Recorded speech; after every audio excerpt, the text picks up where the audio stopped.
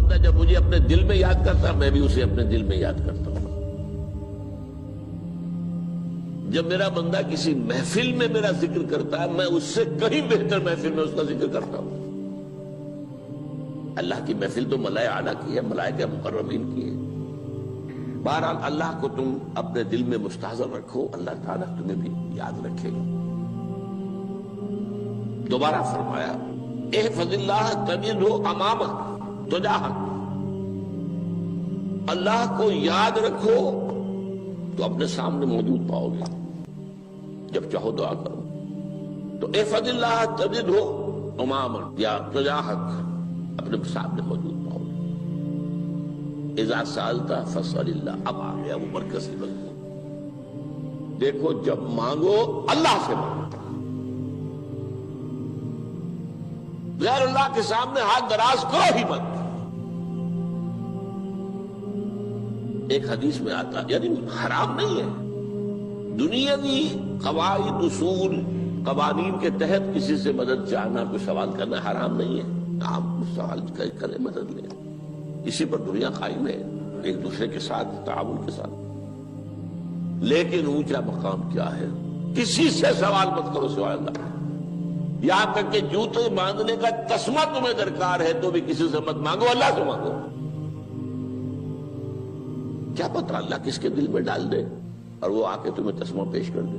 ہوتا ہے ایسا، مساوات ہوتا ہے. جو اللہ کے ساتھ لو لگا کر رکھنے والے ہیں ان کے تو ایسے واقعات ہوتے ہیں کہ دل میں ایک بات آئی اور اس کے بعد وہی بات جو ہے وہ کوئی شخص آ گیا اور اس نے وہ بات پوری کر دی.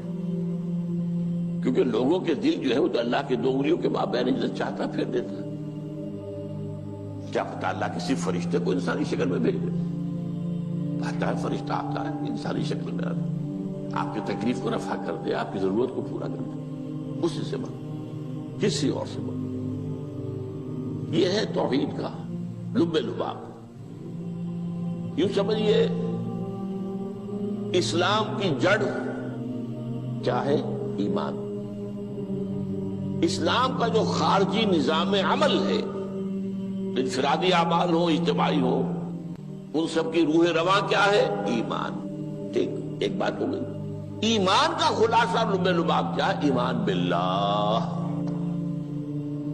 جیسے ایمان بالآخرہ بھی ہے، ایمان بالملائکہ ہے، ایمان بالانبیاء ہے، ایمان بالرسل ہے، ایمان بالکتب ہے، ایمان بالقلب ہے.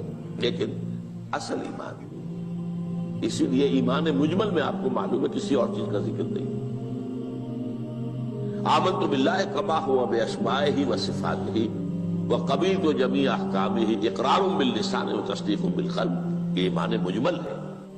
اجمالی طور پر ایمان اس کا نام ہے. ہاں مفصل تفصیلی طور پر آمنت باللہ وملائکتہ وکتبہ ورسلہ والیوم الآخر والقدر خیرہ وشرہ من اللہ تعالی. تو اسلام کی جڑ ایمان، اور اسلام کا سارا جو نظام عمل ہے، چاہے انفرادی اعمال ہو چاہے اجتماعی، ان سب کی روح رواں ایمان. اور ایمان کا خلاصہ ایمان باللہ. اور ایمان باللہ کا اصل حاصل وہ ہے جو اس حدیث میں آ رہا. اس کے دو ہیں تقاضے. عبادت صرف اسی کی، استعانت صرف اسی سے. اس لیے میں نے سورہ فاتحہ کا تذکرہ شروع میں کیا. یہ عبادت کا جوہر ہے، عبادت کا جو ہے یہ ایمان کا حاصل. عبادت صرف اس کی ہے اور استعانت صرف اس سے.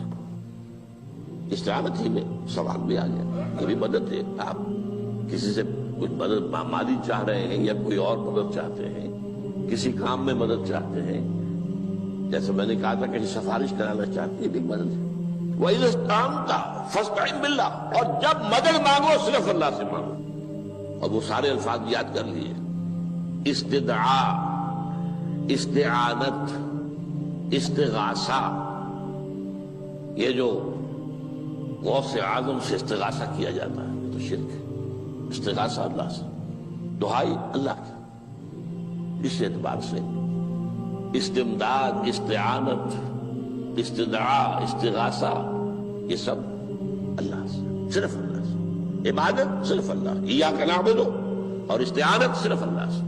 مانگو صرف اللہ سے، جب مدد طلب کرو صرف اللہ سے، اور جان لو اگر تمام لوگ جمع ہو کر تمہیں کوئی فائدہ پہنچانا جائے نہیں پہنچا سکتے، الا بشیء قد کتب اللہ لک وان اجتمعوا علی ان یضروک بشیء لم یضروک الا بشیء قد کتب اللہ علیک، اگر سب مل کر چاہے تمہیں کوئی نقصان پہنچا دے نہیں پہنچا سکتے مگر وہی کچھ جو اللہ نے تمہارے لیے لکھ دیا۔ اب بتائیے خوف کی جڑ کٹ جائے گی کہ نہیں؟ یہ جو ایمان جو ہے یہ خوف اور حزن دونوں سے نجات دلانے والی بات ہے۔ جو حقیقی مومن ہے وہ اللہ کا ولی ہے، حقیقی مومن وہ اللہ کا ولی ہے، اور الا ان اولیاء اللہ لا خوف علیہم ولا هم يحزنون۔ یہ اولیاء اللہ کو علیحدہ مخلوق نہیں ہے، کوئی ان کے سر پہ سینگ نہیں ہوتے، انسان ہی ہوتے ہیں، لیکن حقیقی معنی میں مومن ان اعتبارات سے جو آج ہم پڑھ رہے ہیں ایمان اس درجے کا پہنچ گیا تو اللہ کا ولی ہے۔ اور لوگوں کے لیے خوف کس بات کا ہوگا؟ کس سے خوف کروں؟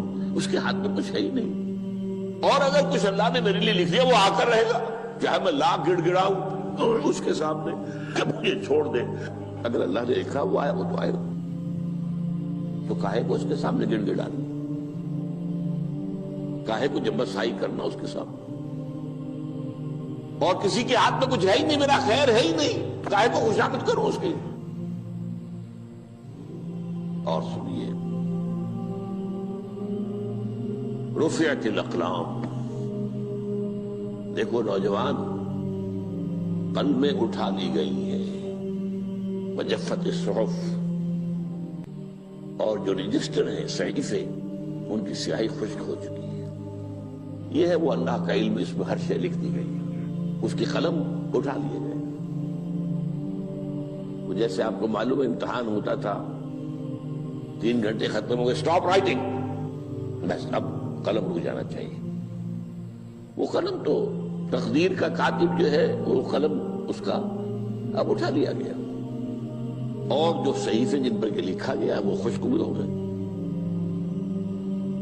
یہ تو روایت ہے جو امام ترمذی نے جس کو روایت کیا، یہ متن ان کا ہے جو ہم نے پڑھا ابھی، اور ان کا قول یہ ہے کہ یہ حدیث حسن صحیح ہے، لیکن یہی روایت اور انہی راوی سے عبداللہ ابن عباس سے رضی اللہ تعالیٰ عنہما اور بھی محدثین نے کی ہے، تو اس میں سے ایک اور متن جو ہے وہ یہاں پر امام نووی نے دے دیا ہے۔ احفظ اللہ تجدہ امامک، یہ تو پہلا وہ ٹکڑا تھا، وقت تو جاہک تھا، یہاں امامک ہے، امام مطلب ایک ہی ہے، اپنے سامنے پاؤ گے۔ اللہ کی حفاظت کرو، اللہ کو دل میں، اللہ کی یاد کو محفوظ رکھو، گویا کہ اللہ کو مستحضر رکھو۔ ذکر اللہ کے معنی کیا ہے؟ استحضار اللہ فی القلب، یہ ذکر اللہ ہے۔ جنہیں ہم ذکر سمجھ بیٹھے ہیں وہ ذکر کے ذریعے ہے۔ اقیم الصلاۃ لذکری، نماز قائم کرو میری یاد کے لیے، نماز ذریعہ ہے یاد کا۔ یہ علیحدہ بات ہے کہ آپ نے 17 رکعتیں بھی پڑھ لی ہو عشاء کی اور یاد آپ کو آئی ہی نہیں کوئی، آپ تو ایک میکینیکل انداز میں جو ہے وہ اٹھک بیٹھک کر رہے ہیں اور آپ کی زبان سے کچھ بھی نکل رہا ہے، تو اس کا آپ کے شعور سے، دل کی گہرائی سے کوئی رابطہ ہے ہی نہیں، وہ ذکر تو نہیں ہوا۔ ہاں نماز فرض تھی وہ ادا ہو گئی، آپ کی ایک فرض ادا ہو گئی۔ تو جنہیں ہم نے ذکر سمجھا وہ ذرائع ذکر ہے، اللہ اللہ سبحان اللہ سبحان اللہ زبان سے، یہ تاکہ اس کے نتیجے میں وہ ذکر حاصل ہو جائے۔ استحضار اللہ فی القلب، ذکر کے معنی ہے استحضار اللہ فی القلب۔ تعرف الی اللہ فی الرخاء، اور دیکھو کشادگی کے وقت میں تم اللہ کو یاد رکھو، اللہ کی طرف رجوع کیے رہو، بھول نہ جاؤ۔ وہ نہ ہو جو کبھی کہا تھا، بہادر شاہ ظفر کے اشعار میں سے بہت زور کا شعر ہے، ظفر آدمی اس کو نہ جانیے چاہے کتنا ہی رو فارم زکا، جسے عیش میں یاد خدا نہ رہی، جسے تیش میں خوف خدا نہ رہا۔ وہ ہے کشادگی کی حالت میں، جبکہ تمہارے لیے کشادگی ہے، اللہ کی طرف رجوع کیے رکھو۔ یعرف کا فی الشدہ، تو اللہ اپنی توجہ تم پر رکھے گا شدت کے وقت میں، جب تمہیں کوئی تکلیف ہے اس تکلیف کو تم پر آسان کر دے گا۔ تکلیف تو آنی ہے، لکھی ہوئی ہے، وہ تو آئے گی، لیکن یہ کہ اللہ تعالیٰ اس کی شدت کو، ایک ہی چیز ہے جس کو ایک انسان بہت شدت کے ساتھ محسوس کر رہا ہے، دوسرا آدمی اتنا نہیں محسوس کر رہا ہے، احساس کا معاملہ ہوگا نا۔ وہ تو اصل میں اگر انسان کی نروز کٹی ہوئی ہے تو احساس ہوگا ہی نہیں، سرے سے ہی نہیں ہوگا۔ تو اس اعتبار سے اللہ تعالیٰ تمہارے لیے وہ شدت کی کمی کر دے گا۔ وَعْلَمْ أَنَّمَا أَخْطَأَكَ لَمْ يَكُنْ لِيُصِيبَكَ، اور جان لو جو چیز تم سے چھوٹ گئی ہے، رہ گئی ہے، وہ ہرگز تمہیں ملنے والی نہیں تھی۔ اب آپ نے کسی ملازمت کے لیے درخواست دی ہے، درخواستیں مانگی گئی ہیں، اپنی سی محنت کر لی، نہیں ملی ملازمت، اب آپ بیٹھے ہوئے افسوس میں، رنج میں، غم میں، فلاں نے یہ کر دیا، فلاں نے یہ کر دیا، وہ فلاں جو ہے بڑی تکڑی سفارش لے آیا تھا، فلاں نے رشوت دے دی۔ چھوڑو میاں اس کو، وہ تمہارے لیے نہیں تھی۔ کاہے کو اپنے ذہن کے اندر یہ کھچڑی پکا رہے ہو بیٹھے ہوئے؟ خواہ آپ شاید سوء ظن میں بھی مبتلا ہو رہے ہو، کسی نے نہ رشوت دی اور آپ سمجھتے ہو کہ رشوت دی ہے اس نے۔ یہ ساری چیزیں جو ساری سیئات، ان کی جڑ کٹ جائے گی۔ وَعْلَمْ أَنَّمَا أَخْطَأَكَ لَمْ يَكُنْ لِيُصِيبَكَ وَمَا أَصَابَكَ، جو چیز تم پر آ گئی، لَمْ يَكُنْ لِيُخْطِئَكَ، ہو ہی نہیں سکتا تھا کہ وہ تم پر نہ آ۔ یہ کر لیتا تو ہو جاتا، شاید یہ کر لیتا، میں نے ٹیکا پہلے لگوا دیا ہوتا تو یہ بات نہ ہوتی۔ بھائی وہ جو ہونا تھا وہ ہونا تھا۔ اب یہ وہ چیز ہے جس سے انسان میں کیفیت پیدا ہوتی، تسلیم و رضا۔ ہم بھی تسلیم کی خو ڈالیں گے، بے نیازی تیری عادت ہی صحیح، اے اللہ جو تو نے چاہا مجھے قبول ہے۔ اسی لیے میں نے آپ کو آیتیں سنائی سورہ تغابن کی، ما اصاب من مصیبت الا باذن اللہ، کوئی مصیبت نہیں آتی مگر اللہ کے اذن سے۔ وَمَن یؤمن باللہ یہد قلبہ، جو اللہ پر ایمان رکھتا ہو اللہ اس کے دل کو ہدایت دے دیتا ہے۔ ہدایت کس بات کی؟ تسلیم و رضا۔ دوستاں سلامت کہ تو خنجر آزمائی، نہ شبد نصیب دشمن کے شبد ہلاکت دیغت۔ اے اللہ تیری طرف سے ہے، مجھے قبول ہے، اور بظاہر مجھے تکلیف ہو رہی ہے لیکن یقیناً اس میں میرا کوئی خیر ہے۔ بیدک الخیر، تیرے ہاتھ میں تو خیر ہی خیر ہے، جو بھی تیری طرف سے آئے۔ سر تسلیم خم ہے جو مزاج یاد میں، اور یہ مضمون جو ہے زیادہ بڑے پیمانے پر سورہ حدید میں آیا ہے۔ ما اصاب من مصیبت فی الارض ولا فی انفسکم الا فی کتاب من قبل ان نبرأہا، کوئی مصیبت نہیں آتی نہ تمہاری جانوں میں نہ زمین میں، زمین میں زلزلہ آ جانا، سیلاب آ جانا، کچھ اور زمین کا دھنس جانا، یا یہ ہے کہ تمہاری جانوں میں کوئی بخار ہو گیا، کوئی اور تکلیف ہو گئی، اچانک معلوم ہوا کہ انسان تو کینسر ہے، اور کینسر بھی اب 3rd سٹیج کو پہنچ چکا ہے، لیکن جو بھی آیا ہے وہ اللہ کے علم کی کتاب میں پہلے سے لکھا ہوا ہے۔ فی کتاب من قبل ان نبرأہا، یہ کتاب میں درج ہے اس سے پہلے کہ مجھے ظاہر کریں۔ اس کا نتیجہ کیا نکلنا چاہیے؟ لیکن لا تاسوا علی ما فاتکم ولا تفرحوا بما آتاکم، افسوس نہ کیا کرو جو تم سے جاتا رہے، چھوٹ جائے، کوئی عزیز فوت ہو گیا، کوئی موقع ہاتھ سے نکل گیا، ارے بھائی میں چوک گیا، بڑا موقع تھا، اب اس پر افسوس کر رہے ہیں۔ نہیں، جو چیز لیکن لا تاسوا علی ما فاتک ولا تفرحوا بما آتاک، جو اللہ تمہیں دے دے اس پر اتراؤ مت۔ وما اصابک لم یکن لیخطئک واعلم ان النصر مع الصبر، اور جان لو اللہ کی مدد صبر کے ساتھ آتی ہے، جو آئے اس کی طرف سے جھیلو، زبان پر کلمہ شکوہ اور شکایت نہ آئے،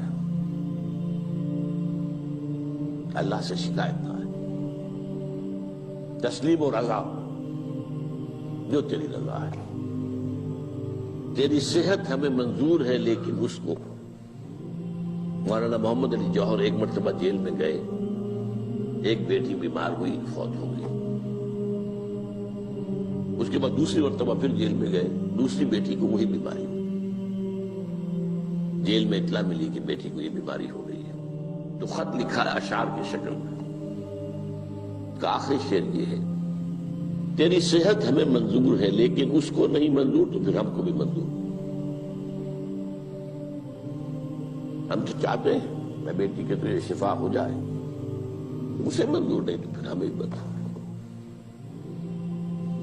وَعَلَمَ أَنَّ النَّصْرَ مَعَ الصَّبْرِ وَأَنَّ الْفَرَجَ مَعَ الْكَرْبِ. فرج، فراخی، کھل جانا کسی چیز کا، یہ ہے کرب کے ساتھ، تکلیف کے ساتھ. تکلیف ہوتی ہے ساتھ. اللہ نے قانون بنایا ہے دنیا کا. اب آپ اندازہ کیجئے بچے کی ولادت میں ماں کو کتنی تکلیف اٹھانی پڑتی ہے. آج کل تو فیشن ہو گیا ہے، سیدھے سیدھے جاؤ، آپریشن کراؤ، تکلیف سے بچ جاؤ. لیکن یہ ہے کہ یہ بھی آپ کے علم میں ہوگا، وہ ساری تکلیف جیسے ہی بچے کو لا کر ماں کے برابر لٹایا ہے، ساری تکلیف ختم. پھر جو راحت اس میں میسر آتی ہے. ان الفرج مع الکرب وان مع العسر یسرا. اسی لیے میں نے وہ آیتیں بھی پڑھی تھی، ان مع العسر یسرا، ان مع العسر یسرا. اس دنیا میں یہ اللہ نے نظام بنایا ہے، سختیاں جھیلنی ہی ہوں گی. لقد خلقنا الانسان فی کبد. ہم نے انسان کو پیدا کیا مشقت کے اندر، مشقت تو کرنی پڑے گی. کسی کی جسمانی مشقت زیادہ، کسی کی ذہنی مشقت زیادہ، مشقت سے چارہ کسی کو نہیں. تو یہ ہے ان مع العسر یسرا، ان مع العسر یسرا. بارک اللہ لی ولکم فی القرآن العظیم ونفعنی وإیاکم بالآیات.